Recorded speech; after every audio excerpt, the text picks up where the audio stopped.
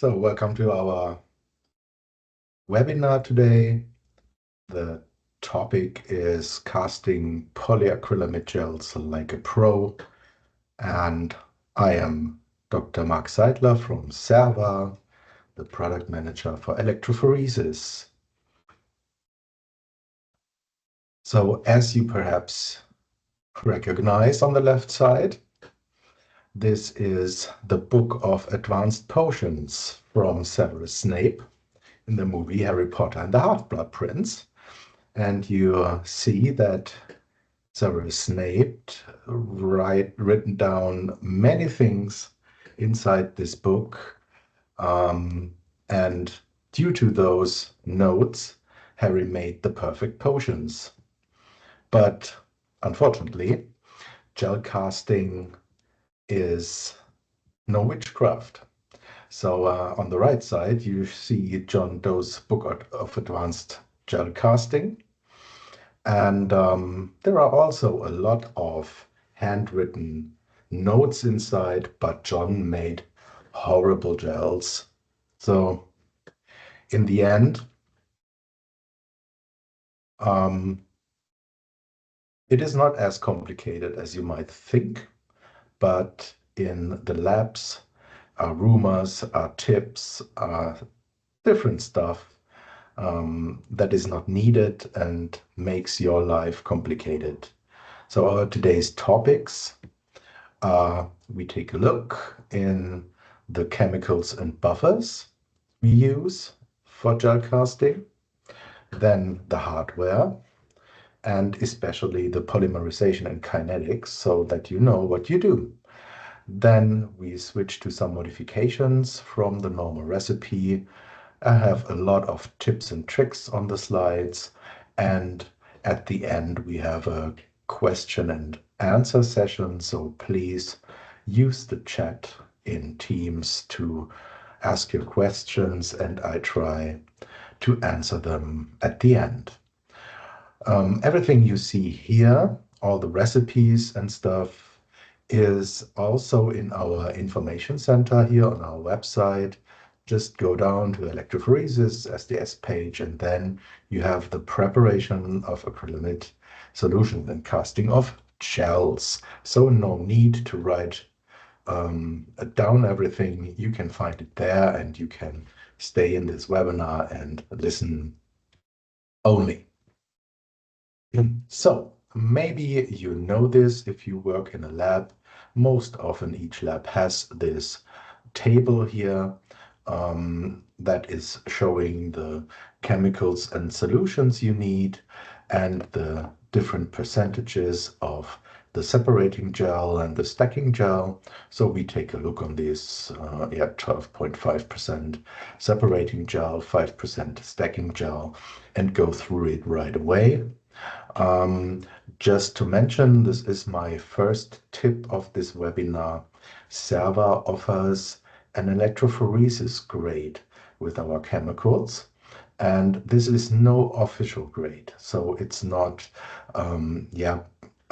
proven by the analysis, but you can be sure that if you buy a chemical or a buffer, this chemical with this special lot was used in our production for precast gels and thus works 100%. So it's just easy for you to decide which one to use. The first in the list is the acrylamide bis solution. So what is it? Acrylamide is a neurotoxic substance. It's very cancerogenic, especially on your skin. And even worse, you can buy it also at Serva as monomer powder. So please avoid to inhale the dust of a monomer powder because it's so harmful for your health. And we recommend to use pre-made solutions. This can be, of course, from Serva, but from all other companies as well. Same goes with the bisacrylamide.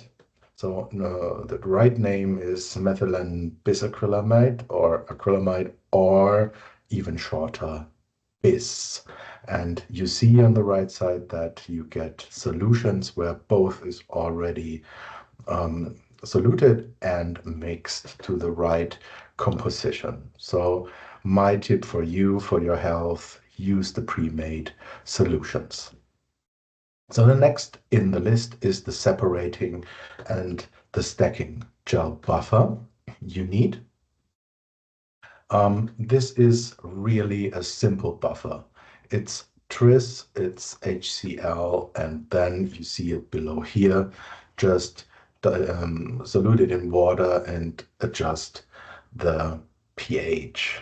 Not that complicated, but you see the difference is the compound tris with a different molarity, and then you see two different pHs here, so 6.8 and 8.8. This pH is extremely crucial because we talk at the moment about the so-called Lemley buffer system, or the tris-glycine buffer system. And if you do not have the right pH, you will destroy this Lemley system and you will not get a good separation, I can promise. And please use the tris base. So you can also buy this tris HCl. Most often in a lab, they stand side by side, and by chance you might grab the wrong bottle. So please avoid that. Use the tris base. The reasons for that, and this is a short advertisement for the next month, is our next webinar that is about SDS page basics, and there I will explain why this pH is so important and why not using tris HCl. So please feel invited and come back in a month or so. The next on the list is the SDS as 10% solution. So SDS is well known. It's sodium dodecyl sulfate, short SDS. It was used in many soaps or toothpastes and so on, but it is allergenic, especially for the skin. It irritates the skin, and thus it was supplemented with a different soap in our cosmetics. As it is allergic and skin irritant, you can try, if you want to make the solution on yourself, to use the so-called pellets. We sell them as well. There is less powder that can be in the air around you while scaling it. And the better solution would be the solution, the 20% one you can buy. Use that and you are free of this allergenic reaction. And the last two ones is TEMET and APS. Those are the so-called catalysts. On the left side, you have ammonium peroxide disulfate, or short APS. It's unstable in solution. I guess that some of you might raise the eyebrows already, because I know that everybody is making aliquots and keep them freezed. But as I said, they are unstable, so better to prepare fresh every time you want to cast the gel. The same goes with TEMET, or as long the tetramethylethane diamine. It degrades over time. So if you have a wish list that your boss wants for end of year sales, then this should be on your wish list for sure. So replace it once a year, no matter if there is still something in the bottle or not. It degrades and you will not have any fun with it after a year or so. When opened, of course. Below you see the next information. This is just for people that are interested in that. Why is it called catalysts? Well, the polymerization of acrylamide is a radical polymerization. And as you see here, the APS and the TAMID, they form an intermediate complex, let's say, and then electrodes are switched. You have this sulfide rest goes away, and this is also quite unstable, and the bond will break into two radicals, and the one we are interested in is the sulfate radical here. We come back to that later so that you know what I talk about on the next slides. Then you need, of course, hardware. This is a system used since decades. It's simply a long glass plate, a short glass plate. Sometimes, depending on the company you buy the glass plates from, they are notched. Notched means that they have such a cutout window here. You have spacers that are in between the glass plates and a comb, of course. Before starting to build up the glass plate sandwich, please clean well, because most often you have residues of dried gel rests from the last time that may stick on the spacer of the glass plate, and they will swell when getting wet, and this complete sandwich is not sealed properly anymore, and you will have leakage. Same goes with fat on the glass plates and on the spacer. Please use ethanol to clean those, because if you have something fatty on those parts, then the surface tension of the water solution inside is broken, and thus getting leakage. And the third tip I give you to that point is, please be sure that the plates are aligned 100%. So put the glass plates on your desk and be sure that everything is on the same height. If not, then there is a hole or a space between it, and you will get leakage. So take care of that. This glass sandwich is then pressed together with clamps or clamp assemblies, sometimes with screws. So this is just an example for it. You can have various of that. And you will have a base somehow with a rubber seal and a gasket. The tips here is that you need to fix the spacers and the glass plates directly on it. Yeah. So please be sure that the screws, the clamps, or what have you, is directly on the spacer. Then the pressure against each other is the best, and you will get no leakage. And be assured that this complete assembly or glass plates is pressed well on the gasket at the bottom. If the pressure is too low, then the liquid might well through and you have a leakage. If it is too strong, then this rubber seal might bend and you get a leakage as well. My tip for that is that you intensively watch the cut edge of the glass, because you must try it. You put it on the rubber seal and then it is quite a light color. And when pressed well, the color gets darker. And then it is the right pressure to be completely sealed. The next hardware I will show you, I'm quite sure nobody is using that, because most often people think this is not needed. And this is a vacuum pump.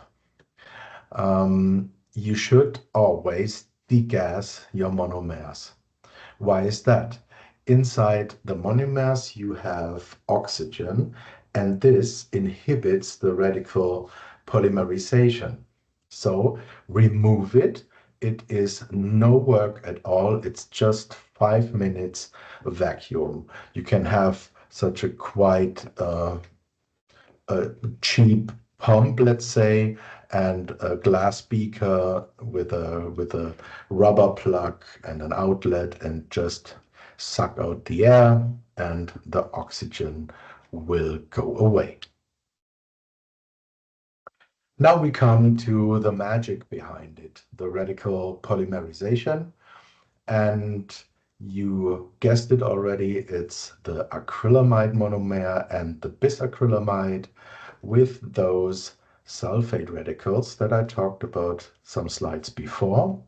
And those start the polymerization. They bind to the double bond of the acrylamide, crack it open, and then you have a sulfate acrylamide radical. That again goes to the next double bond of the acrylamide, and so on and so on. So you will receive long spaghettis of polyacrylamide. But you don't want spaghettis, because this is no true matrix. You want a nice a matrix and not a spaghetti mountain. So you need this bisacrylamide, and this one is connecting the long acrylamide spaghetti in between. Therefore, bisacrylamide is also called the crosslinker.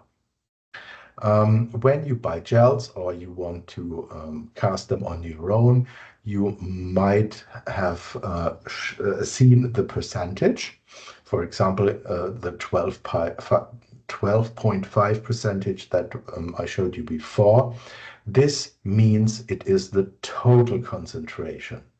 And the total concentration is calculated by the volume of acrylamide plus bisacrylamide divided by the total volume times 100 to receive the percentage. And sometimes you also see the cross-linking percentage, the so-called percent C. This is the bisacrylamide divided by the sum of acrylamide and bisacrylamide times 100. Just for your information. The different composition of the acrylamide bis is directly seen in your application. Depending on the pore size of your matrix, you would use the one or other, for example, for DNA sequencing or IEF or SDS page. Rüchel et al. Had made in the 70s already an electron scan microscopy of different compositions of acrylamide and bisacrylamide. And of course, the higher the percent T gets, the smaller the pore size is. Okay, this is quite logic, I would say, but if you raise the bisacrylamide, so the percent C, first it gets smaller and smaller, the pore size, but it then opens up again. Why is that? It is because at a certain concentration, the bisacrylamide forms the spaghetti, and acrylamide is the crosslinker. So in empiric studies and trial and error, one found that approximately this area is well for SDS page. So here it is. We talk about approximately 3% C and 40% T for a normal SDS page. Well, now you would say, I casted at 12.5% T. Yes, of course, but you need 40%.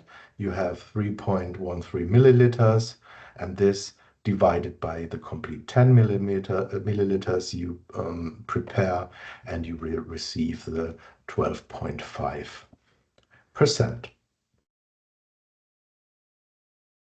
Starting the polymerization is well seen. Well, you have a chelating effect, let's say. You might not see it between the glass plates, but if you would pour it in a beaker, you can see it. And if we want a good gel, then this needs some time. We talk about 12 to 15 minutes before gelating. If it is shorter, then you also have shorter chains. So the pore size gets too low. If you wait too long, then you have too long chains. So the complete gel will be very fragile. So one needs to check if the composition you prepared will gelate in 12 to 15 minutes. And how can you do that? This is the next tip of myself.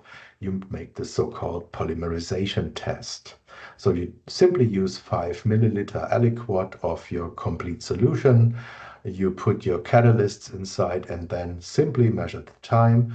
It is between 12 and 15 minutes. Everything is okay. If not, you must adjust the catalysts, put in more or less, and repeat the test until you reach those 12 to 15 minutes. As summary, you can say always use the tris base. Very important. Then always use fresh and ready-to-use solution for your health. Perhaps order the electrophoresis grade to be sure that you have the right analyze grade for that. Then be accurate with the pH, very important. Degas the monomer solution and measure the polymerization time before you pour it between glass plates. Dangers are there. If you cast your own gels, the best tip is, of course, buy precast gels. But if you do not want them, then always wear gloves, please, because you are handling toxic monomers. You have chemicals still in the matrix, so you will not measure it well enough so that the gel is completely polymerized. There will still be toxic monomers inside. Then take care of the effectiveness of the polymerization, especially the oxygen that you remove with the degassing of it, and take care you have a short shelf life. Due to leftover protons inside your gel, you will have the so-called alkaline hydrolysis that is destroying your matrix stepwise. And we say that after 5 days, you should not use the gel anymore. So what is my super tip? So it's the, the coffee mug. Why not casting the separation gel the day before? Because a true polymerization takes time and we know that it is more than 12 hours. So just leave it overnight polymerizating at room temperature, but only the separation gel, please. Do not cast the stacking gel. Stacking gel is casted directly before running. Why is that? You want to avoid that the two pHs will mix. Again, next month we have the SDS basics and you will know what I'm talking about. Overlay it with water-saturated butanol so that it does not dry out. Leave it overnight and do not put it in the fridge, and you can store them around a week or so. That is my super tip. Now we have some slides additionally to what I've shown you that. So there are different types of gels, of course. What we have talked about in the last minutes was the so-called homogeneous gel. What does that mean? You have a homogeneous percentage that you cast. You put your butanol on it, then remove the butanol, pour the stacking gel, wait until it's gelated, and you start your electrophoresis. Sometimes, if you have a mixture between very small and very large proteins, you might consider a so-called gradient gel with stacking gel. So you cast a gradient. This is not that easy, but you can use such a gradient maker here. So you have two compartments with two valves, and in one compartment you fill up 12% and in the other 4%, and you open the valves. And due to the different percentages, first the 12% will be poured between the glass plates, and more 4% will be added, and you get a gradient. Again, you overlay it with butanol, let it polymerize well overnight, then suck off the butanol and make the stacking gel and start your electrophoresis. There is a third type of gel. This is the integrated stacking gel, and this is made by all companies selling precast gels.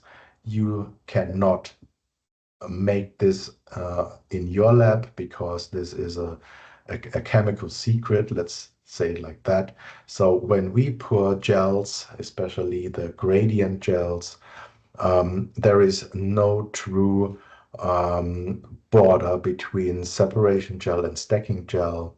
It is poured in one go, and the secret behind it is a secret of Serva. Well, it's like that. Then I want to show you a short difference of two types of buffer systems. If you need to cast a gel for small peptides, you cannot use the tris-glycine buffer system by Lemley. You need to cast the tris-tricin buffer system by Schegger. And you see it right away, the gel buffer is completely different. You do not have two different pHs, you only have one. The tris in your gel is much higher, and also the percent T and percent C is much higher. With this gel, you receive a very fine poured gel where even peptides can be separated. And my last slide for today is the gel additives. What I talked about is the basic recipe you use for everything. But of course, if you have a special application, there is a need to add something to your gel. This is multifold. The most prominent ones are the ones in blue. Yeah. This is most often added to gels, but it can be kind of sugars. It can be reducing agent, catropes, non-ionic detergents, zwitterionic detergents, anionic or cationic detergents. Then, of course, also organic solvents to keep it solved inside the gel, affinity substrates for affinity electrophoresis, or other substrates, for example, gelatine or else, that you can add to your gel. That was it from my side. I thank you for your attention. I will be there for questions and answers. If someone wrote in the chat, I will see right away. And our next webinar will be at 15th of May at 1400. And it's about the vertical SDS page, the basic knowledge. So if you want to know more than simply the bonds on your gel, then you're right here. And now I'm open for your questions.